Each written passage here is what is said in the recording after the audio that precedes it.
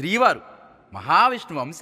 అల్లుడు నాకు ఇప్పుడు అర్థమైంది పెద్ద పెద్ద వాళ్ళ జీవిత చరిత్రలు ఎలా రాస్తారోనని. హలో నమస్కారం, నా పేరు సహాని. ఎట్లున్నారు? బాగున్నారా?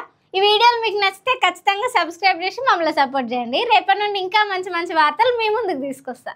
ప్రెగ్నెన్సీ నొప్పులు లేకుండా ఏ బిడ్డైనా ఉడుతుందా చెప్పుర్రి నాకు. పోనీ సిజేరియన్ అయినా కానీ కాస్త ఇబ్బంది ఉండదా బిడ్డ ఉడితే? పోనీ తల్లికి ఒక బిడ్డ ఉడితేనేమో ఈ ప్రపంచంలో ఎవ్వరు భరించలేని నొప్పి అంట, ఇంకో బిడ్డ ఉడితేనేమో ఎలాంటి నొప్పి లేదంట. ఈ మాటలు నేనంటలేను, కామెంట్లల్లో వేసుకోకుర్రి. స్వయాన బాబన్న మాటలు. ముందు ఆ వీడియో చూడరు మీరు కూడా. నువ్వు పుట్టినప్పుడు నేను అనుభవించినది పెయిన్స్ భూమి మీద ఆడది అనుభవించలేదు, అంత కష్టం పెట్టేవాళ్ళు. అది మా అమ్మ చెప్పింది నా గురించి. సరే కళ్యాణబాబు ఎలాగా అన్న. గొప్ప విషయం అంటే నేను షాక్ అయ్యా. వాడు పుట్టినప్పుడు నాకు పెయిన్ అనేది కొంచెం కూడా తెలియలేదురా, అలాగా నాకు పెయిన్ లేకుండా పెయిన్ ఇవ్వకుండా పుట్టాడు.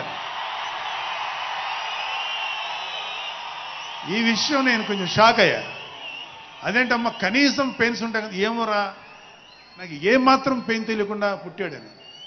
నాగబాబు పుట్టినప్పుడేమో వాళ్ళమ్మ ఈ ప్రపంచంలో ఎవ్వరు అనుభవించని నొప్పి అనుభవించిందంట.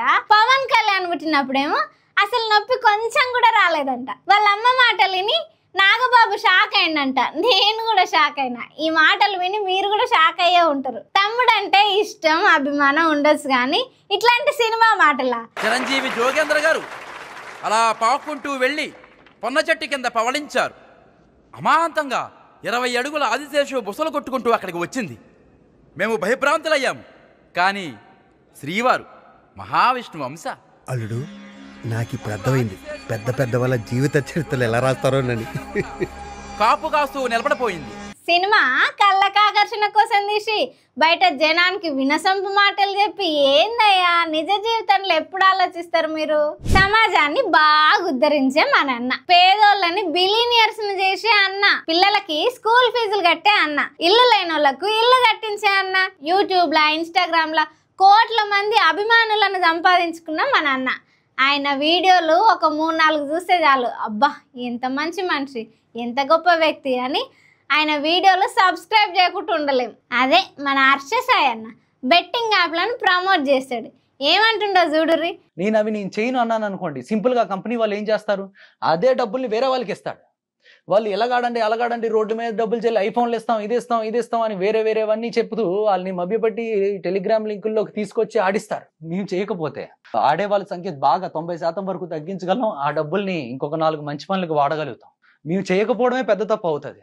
నేను బెట్టింగ్ యాప్లను ప్రమోట్ చేయకపోతే ఇంకొకరు ప్రమోట్ చేస్తారు. అదేదో నేనే ప్రమోట్ చేస్తే ఆ డబ్బు ఇంకొకరికి పనికొస్తాయి కదా, అందుకే నేను బెట్టింగ్ యాప్ ని ప్రమోట్ చేస్తున్నా అంటుండు. వారిని మా నాయనే నీ మాటలని బెట్టింగ్ యాప్లో డబ్బులు పెట్టి పిచ్చోళ్ళు అవుతుర్రా నాయన. జనాలు చచ్చిపోతురు కూడా.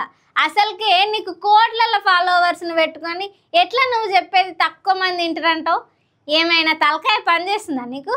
చేస్తున్నదే తప్పు, మళ్ళీ సంఘ సేవ చేస్తున్నట్టు గొప్పలు మాట్లాడుతున్నావు. బుద్ధుందా? కొంచెం కూడా పశ్చాత్తాపం లేదు. డబ్బే సర్వస్వం వీళ్ళకు. ఇంత డబ్బు వీళ్ళకి ఎక్కడి నుండి వస్తుంది?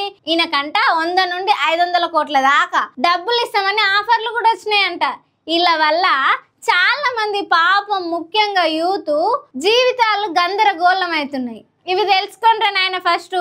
ఈయన వీడియోలలో పెట్టే డబ్బులు 1% మాత్రమే, మిగతా కోట్ల పైసలు ఈయన వెనకేసుకుంటాడు.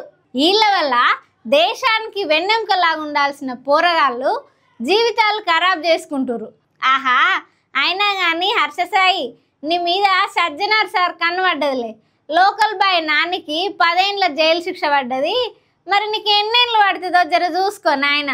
సజ్జనార్ సారు బెట్టింగ్ యాప్ల నుండి పోరగాళ్ళని కాపాడాలని గట్టిగా పనిచేస్తుండు కదా. సార్కు మంచి స్పందన వస్తుందంట. చాలా మంది ఇన్ఫ్లుయెన్సర్స్ మేము బెట్టింగ్ యాప్ల మోసాలు అవగాహన కల్పించే వీడియోలు తీస్తాం సార్ అని చాలా మంది అడుగుతున్నారంట. ఇన్ఫ్లుయెన్సర్స్ అంటే మంచి కూడా చేసేటోళ్ళు ఉంటారు. అయితే సజ్జనార్ సారు అట్లా అవగాహన కల్పించాలనుకుంటే ఎవ్వరు పర్మిషన్ అవసరం లేదు, మనమంతా కలిసి సోషల్ మీడియాలో బెట్టింగ్ ప్రమోషన్లకు పోరాడదాం, ప్రాణాలు కాపాడుకుందామని అంటుండు. ఏపీ సీఎం సారు రోడ్లు ఉక్తుండు, శుభ్రంగా ఉండాలి, చెత్త నుండి సంపద సృష్టించాలని అంటుండు. మంచి మాట చెప్తుండు. ఆయనకేంది సరే కానీ ఒక నిమిషం వీడియో ఫోటో దిగి పోతాడు. మీరు మాత్రం రోడ్డు మీద ఎక్కడ పడితే అక్కడ ఇష్టం వచ్చినట్టు చెత్త పడేయకుర్రి.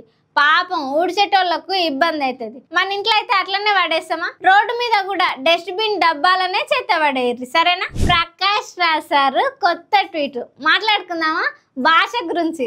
తమిళోళ్ళు మీ హిందీ భాషను మా మీద రుద్దకండి అని చెప్పడం ఇంకో భాషని ద్వేషించడం కాదు, స్వాభిమానంతో మా మాతృభాషని మా తల్లిని కాపాడుకోవడం అని వాళ్ళ ఉద్దేశం. పవన్ కళ్యాణ్కి ఈ విషయం ఎవరన్నా అర్థమయ్యేటట్టు చెప్పండి అయ్యా ప్లీజ్ అని ట్వీట్ చేసిండు బోర్రి. అవును మరి, కేంద్రం 3 భాషలు అమలు చేయాలంటున్నారు. సరే, దానికి మన తెలంగాణ ఆంధ్రాలో కూడా 3 భాషల విధానమే నడుస్తుంది.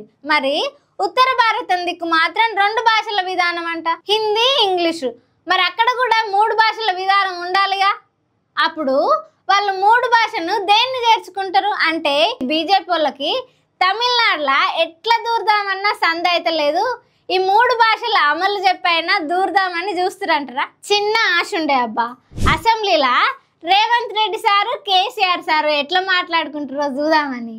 కానీ కేసీఆర్ ఏందో అసెంబ్లీకి వస్తలేడు. మొన్న స్టార్ట్ అయిన అసెంబ్లీ సమావేశాలకు ముందు రోజు వచ్చి హాజరేసుకొని గవర్నర్ మాటలు వినిపోయిండు. కత్తం ఇంకా మళ్ళా జాడ పత్తలేడు. ఇక కొత్త సీఎం పాత సీఎం లెక్కలు చెప్తుండు, వినురు మీరు కూడా. చంద్రశేఖరరావు గారు ప్రతిపక్ష నాయకుడు అధ్యక్ష. ప్రతిపక్ష నాయకుడుగా ఇప్పటివరకు వారి శాసనసభకు వచ్చింది 2 సార్లు అధ్యక్ష.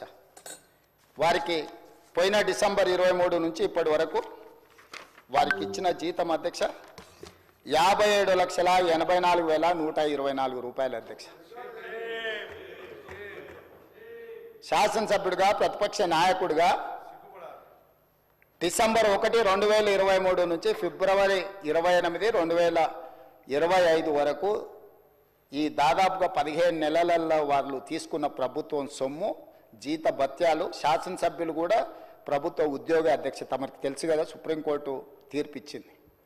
వారు 57,84,124 రూపాయలు జీత భత్యాలు తీసుకున్నారు అధ్యక్ష. 2 సార్లు ఇక్కడికి వచ్చింది, ఇప్పటి వరకు ఎక్కడికి వెళ్ళలేదు అధ్యక్ష.